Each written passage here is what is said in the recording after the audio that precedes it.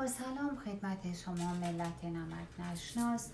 روکش ماهیان هستم، زیباروی زیبارویان، ورزشکاران، هنرمند قبلی شما در قرنطینه و در امان بوده و امروز آمدم بگویم که من قرنطینه بوده، در امان بوده و همانند گذشته وحشی بوده، موهای وحشی، لبهای وحشی، چشمای وحشی، همه چی وحشی، در خانه بوده، خود را حفظ کرده و در امان.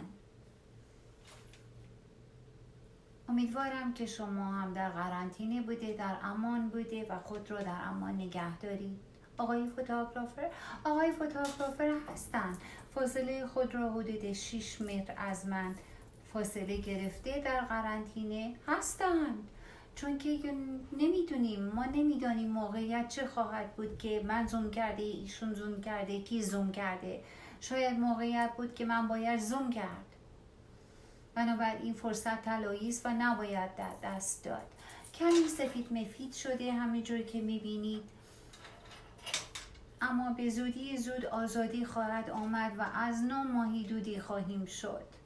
الان کمی سفید شده چون که آفتاب ما را نمیبیند. دیگر نمیتوانیم لانجز و اسکوات زده و ما تحت هوا کرده، ما تحت را مانند قلب نشان داده. اما میآید آن روز، نگران نباشید. الان من روی اجاق نشسته با لباس خواب توری و رب دوشام و موقعیت رو مناسب دیده که برای شما عکسی گرفته و به شما نشانی داده. به صفحه من تشریف آورده، کامنت ها رو خوانده.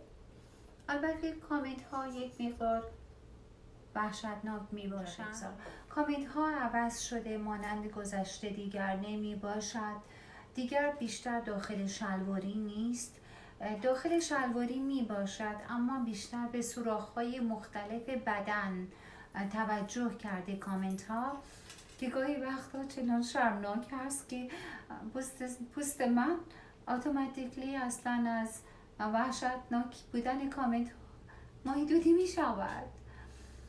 anyway دوستان، ملت عزیز، در خانه بمانید، در قرنطینه بمانید، همانند من لباس خواب جوری پوشیده، رو دوشام روی اجاق نشسته و قوری و استکان یادتان نرود که بسیار مهم در این دوران قرنطینه می باشد. من روکش ماهیان همه شما را از راه دور گزیده در این دنیای قرنطینه و در این دنیای اسفناک بار در امان بوده و امیدوارم که شما هم در امان باشید. فعلا خداحافظ، بابای. هادی güle güzelim. Hadi hoşça kalın. Yavrum, sevgilim. بابای. برید دیگه. با آقای فوتوگرافی زوم کردی، شما زوم کردی، دست اینجا گذاشته، گرفته. خواهش میکنم فاصله خود را از من 6 متر نگه داشته، نزدیک نیایید که من در امان باشم. گرفته؟ خوب